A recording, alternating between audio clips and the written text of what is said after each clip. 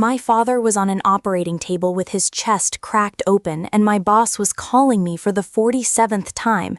When I finally answered, she didn't ask about my GAD. She asked if I could remote into the server because someone forgot a password. And when I said no, she told me I was making a career-ending decision. I'd worked at Meridian Financial Solutions for 6 years. 6 years of overtime, weekend emails, and being the person everyone called when something broke. I was the senior systems analyst, and I'd built half the infrastructure that kept that company running. My manager was a woman named Denise Hartwell. On paper, she was the IT operations director. In practice, she was a micromanager who'd never touched a line of code in her life, but somehow believed she understood technology better than anyone with actual certifications. She had this way of making every emergency feel like your personal failure, even when she was the one who created the problem in the first place. But I'd learned to manage her. I kept my head down, did exceptional work, and reminded myself that the paycheck was worth it. Then came October 14th. I was at my desk when my mom called. The moment I saw her name on my screen at 2 in the afternoon, I knew something was wrong.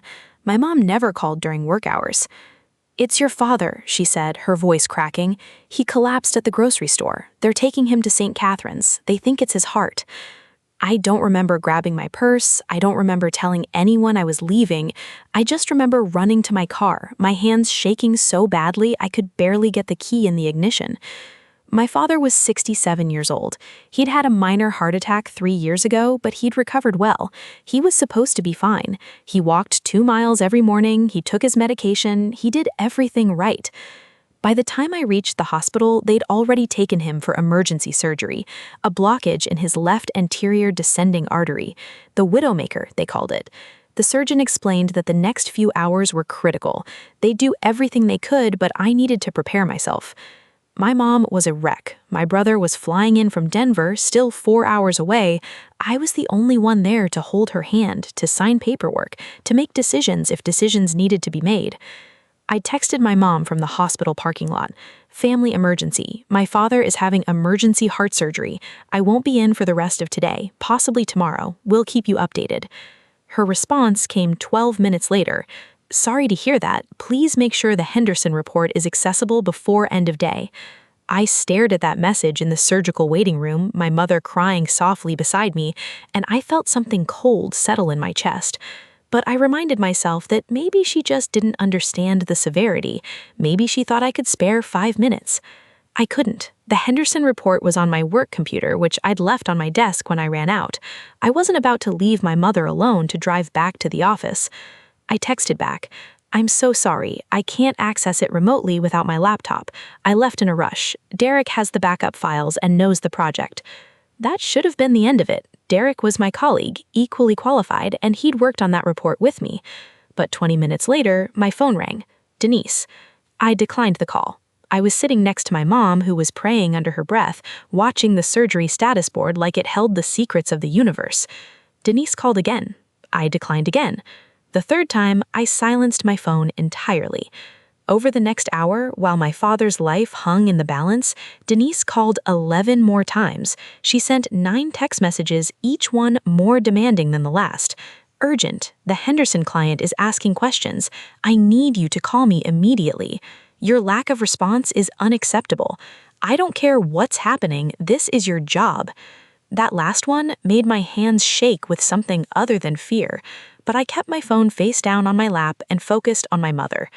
The surgery took 4.5 hours. 4.5 hours of waiting, of praying, of watching other families receive good news and bad news. My brother landed and took an Uber straight from the airport, arriving just as the surgeon finally emerged. My father had survived. The surgery was successful. He'd need weeks of recovery and cardiac rehabilitation, but he was going to live. I sobbed in my brother's arms. My mom collapsed into a chair, covering her face with her hands as relief overwhelmed her. For those few precious minutes, nothing else existed but gratitude. Then I checked my phone. 47 missed calls from Denise, 23 text messages, and 4 emails. The last one CC'd to HR with the subject line, "Urgent, employee abandonment and insubordination." I opened it with trembling fingers. My father had just survived open heart surgery and my boss was trying to get me fired. I need to stop here because I genuinely want to know what you would have done in this moment. My dad just survived surgery, my mom's still crying from relief, and I'm reading an email that says I'm being written up for insubordination. Subscribe if you think Denise was absolutely out of her mind. Drop a comment telling me what you would have said, because what I did next surprised even me. Keep watching because this woman had no idea who she was messing with. I didn't sleep that night. I stayed at the hospital with my mom until visiting hours ended, then drove her home and made sure she ate something before collapsing on her couch.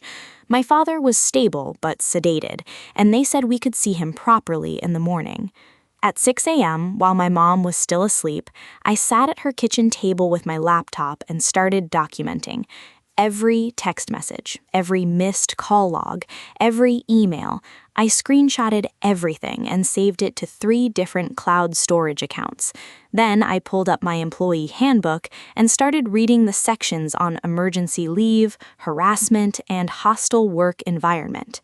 At 8 a.m., I emailed HR directly, not a reply to Denise's complaint, a separate new email chain with attachments.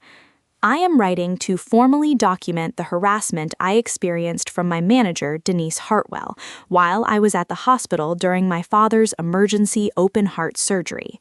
Attached, you will find call logs showing 47 calls made to my personal phone over 5 hours, as well as text messages and emails demonstrating escalating hostility during a documented family medical emergency. I provided advance notice of my absence, delegated work responsibilities appropriately, and was unreachable because I was in a surgical waiting area where my father was fighting for his life. I am requesting an immediate meeting with HR to discuss this matter. I CC'd my personal email, I CC'd the HR director's boss, I even CC'd the general counsel's office, because I'd learned a long time ago that companies pay attention when legal gets involved. Then I went back to the hospital to see my father wake up. He looked so small in that hospital bed, so fragile. But when he opened his eyes and saw me and my mom there, he smiled, and for a moment I forgot about Denise entirely. The HR director called me that afternoon. Her name was Patricia, and she'd been with the company for 15 years. She'd always seemed reasonable in the few interactions we'd had. "Maya, I've reviewed your email and the attachments," she said carefully. "I want to start by saying how sorry I am about your father. How is he doing?" "He's stable, thank you for asking." "I'm glad to hear that." She paused. "I also want you to know that I've already spoken with Denise about her conduct yesterday. And she maintains that the Henderson situation was urgent and that she had no choice but to try to reach you." I felt my jaw tighten. "Patricia, with respect, I was watching a surgery status board while my mother sobbed next to me. I delegated the Henderson work to a qualified colleague. There was absolutely nothing so urgent that it required 47 phone calls while my father was dying on an operating table." Silence on the other end. "I understand your perspective," she said finally, "and I want to assure you that this will be taken seriously. Can you come in tomorrow to discuss this further?" "My father just had open heart surgery. I'm taking the rest of the week as emergency family leave, which I am entitled to under company policy and FMLA. I will be available by email for anything truly urgent, and I will meet with you on Monday." I didn't ask, I told her. That weekend, I cared for my father and helped my mom navigate the flood of insurance paperwork. I also quietly reached out to a few trusted colleagues to gauge the temperature at the office. What I learned was illuminating. Apparently, Denise had spent Thursday afternoon loudly complaining in the break room about my unprofessional abandonment. She'd told anyone who would listen that I'd run out without notice and was ignoring a major client crisis. Derek, my colleague who'd stepped up on the Henderson project, had tried to explain that he had everything under control and that I had a genuine emergency. Denise had apparently told him to stay out of it. But here's where it got interesting. 3 other colleagues reached out to me privately over the weekend, sharing their own stories about Denise's harassment. One woman had been called repeatedly during her daughter's emergency appendectomy. Another had received threatening texts during her grandmother's funeral. A third had been written up for excessive absence when he took a single bereavement day after his brother died. I wasn't alone. I was just the first one to document it and escalate. Monday morning, I walked into HR's office with a folder, not just my documentation, statements from 4 colleagues willingly provided detailing a pattern of harassment during medical and family emergencies. Patricia's face went pale as she read through everything. "This is extensive," she said. "This is a pattern," I corrected, "and I want to be very clear about something.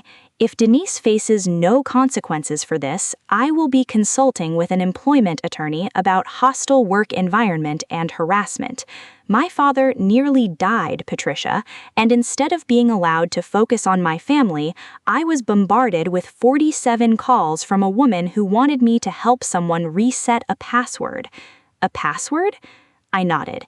That's what the urgent emergency actually was. Derek confirmed it. Someone forgot their login credentials, something any IT help desk person could have handled. Patricia closed the folder and took a long breath. "Give me 48 hours. 2 days later, I received an email from the CEO's office.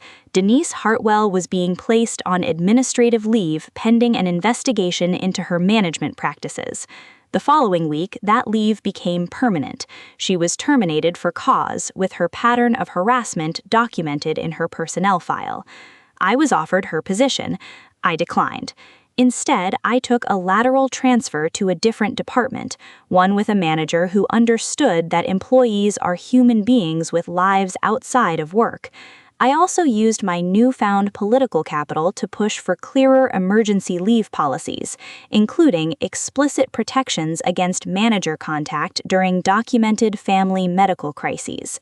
My father recovered fully. He walked me down the aisle at my wedding 8 months later, and he loves to tell people that his widowmaker heart attack was the best thing that ever happened to him because it taught our whole family what really mattered. As for Denise, I heard through the grapevine that she struggled to find another management position. Apparently, when you call an employee 47 times during their father's heart surgery, word gets around. Some emergencies are real. Some are manufactured by people who can't stand not being in control. Learning to tell the difference is how you survive. Thank you so much for watching until the end. If this story resonated with you, please hit that like button and subscribe so you don't miss any of our workplace drama stories. And if you have your own nightmare boss story, whether it's about harassment, denied leave, or any kind of workplace injustice, I want to hear it. Drop your story in the comments or send it to us directly. Your experience could be featured in our next video. Take care of yourselves and each other, and I'll see you in the next one.